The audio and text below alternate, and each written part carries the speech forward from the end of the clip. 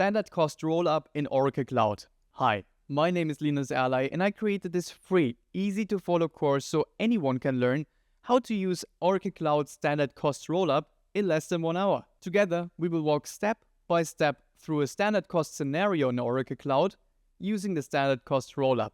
And best of all, if you have any questions while taking the course, you can reach out to me directly at any time. So let me show you how to get started right now. Step 1. Go to panamere.com, or if you hate typing, click the link below. Step 2. From the main menu, select Learn, then New Courses, then End Users, and click on Supply Chain Execution. From the Supply Chain Execution page, click the Enroll button within the Cost Accounting learning path and start learning immediately. Don't miss out on this easy to learn opportunity. In fact, the whole course is completely for free for the next 30 days, so what are you waiting for? Go check it out right now and I'll see you inside of this free course.